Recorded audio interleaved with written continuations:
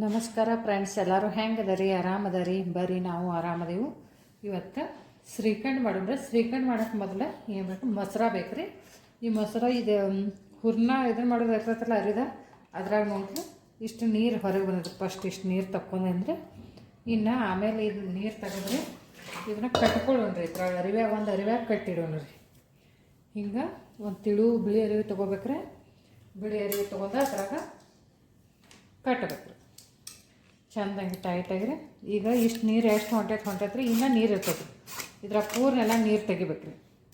ನೀರು ತೆಗಿದ ಸಂಬಂಧ ಇದನ್ನು ಕಟ್ಟಿದ್ರೆ ಇದು ಮೊಸರನ್ನ ಅಗದಿ ಇದನ್ನು ತಾಜಾ ಇದ್ದಿದ್ದು ತೊಗೋಬೇಕ್ರಿ. ಇದನ್ನು ಮಾಡಿದ್ದು ತೊಗೋಬಾರ್ದು. ಈಗ ನೋಡಿರಿ, ಈ ಟೈಪ್ ಎಲ್ಲ ನೀರು ಸೋರು ಬರ್ತೈತ್ರಿ. ಇದನ್ನು ಒಂದು 3 ರಿಂದ 4 ತಾಸು ಹಿಂಗೆ ಟೈಟಾಗಿ ಕಟ್ಟಿ ಒಂದು ಕಡೆ ಅಟಕಾಸಿ, ಎಲ್ಲರ ಬೂಟಿಗೆ ಇಲ್ಲಕ್ಕಂದ್ರೆ ಚಾವಿಗೆ ಅಟಕಾಸಿ ಬಿಡಿದ್ರೆ ತಾಣ ನೀರು ಹೋಗ್ತೈತ್ರಿ. ಹಿಂಗೆ ಕಟ್ಟಬೇಕ್ರಿ. ಗಂಟು ಹಾಕಿ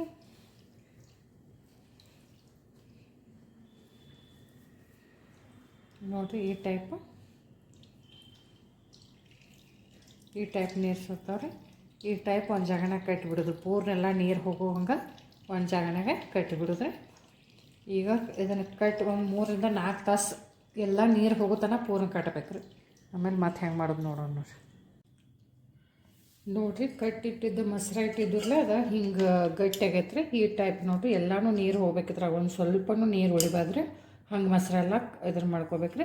ರಾತ್ರಿ ಹೆಪ್ಪಕ್ಕಿದ್ದು ಅಂದ್ರೆ ಅದನ್ನು ಬೆಳಗ್ಗೆ ಕಟ್ಟಿದ್ದು ಅಂದ್ರೆ ಸಾಯಂಕಾಲ ಮಾಡೋಕೆ ನಡಿತೈತ್ರಿ. ಅದು ಸಾಯಂಕಾಲ ತನಕ ಎಲ್ಲ ನೀರು ತೆಗೆದು ಹೋಗ್ತೈತ್ರಿ.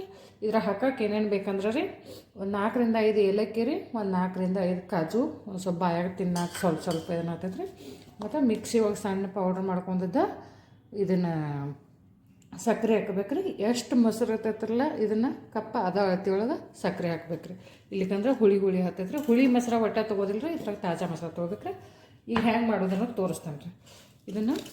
ಇದು ವಿಸ್ಕರ್ಲೆ ಮೊದಲು ಇದನ್ನೆಲ್ಲನೂ ಏನು ಇದನ್ನ ಐತ್ರಲ್ಲ ಬೆಣ್ಣೆ ಟೈಪ್ ಕ್ರೀಮ್ ಟೈಪ್ ಮಾಡ್ಕೋಬೇಕು. ಇಲ್ಲಿಕಂದ್ರೆ ಬಾಯಾಗ ತಿನ್ನೋದ್ನಾಗ ಟೇಸ್ಟ್ ಆಗ್ತಾನೆ. ವಿಸ್ಕರ್ ಇಲ್ದವ್ರೆ ಸ್ಪೂನ್ಲೆ ಮಾಡ್ಕೋಬೋದು.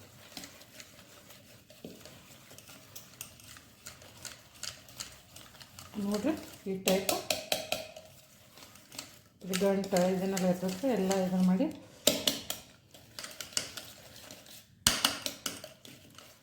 ಈಗ ಇದ್ರಾಗ ಇದು ಏಲಕ್ಕಿ ಕಾಜು ಹಾಕ್ರಿ ಮತ್ತು ಸಕ್ಕರೆನ ಹಾಕ್ರಿ.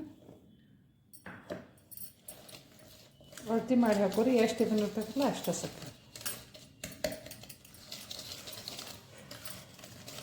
ಅವ್ರು ಮಿಕ್ಸರ್ನಾಗ ಇದನ್ನು ಮಾಡ್ತಾರೆ. ಮಿಕ್ಸರ್ನಾಗ ಮಾಡೋದ್ರಿಂದ ಏನಾಗ್ತದೆ, ಅದು ಭಾಳ ತೆಳ್ಳಗಾಗ್ಬಿಡ್ತೈತೆ ರೀ, ತಿಕ್ನೆಸ್ ಬರೋಂಗಿಲ್ಲ. ನೋಡಿ, ಹಿಂಗೆ ಒಂದು ಸ್ವಲ್ಪ ಎಲ್ಲ ಸಕ್ಕರೆ ಇದನ್ನು ಕರಗೋತನ ಎಲ್ಲ ಹಿಂಗೆ ಇದನ್ನು ಮಾಡ್ಕೋಬೇಕು. ನೋಡಿರಿ, ಶ್ರೀಖಂಡ್ ಎಲ್ಲ ಹಿಂಗೆ ಈ ಟೈಪ್ ಆಗೈತ್ರಿ. ಇದನ್ನ ಈಗ ಒಂದು ಡಬ್ಬಿ ಒಳಗೆ ಎಲ್ಲ ಹಾಕೊಳ್ಳೋಣ.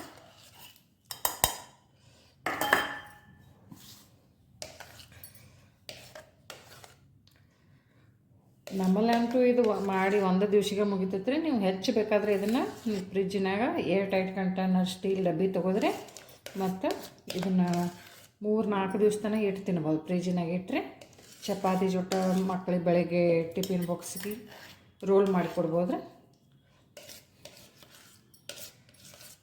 ನೋಡಿರಿ, ಈ ಟೈಪ್ ಶ್ರೀಖಂಡ್ ರೆಡಿ ಆಯ್ತು.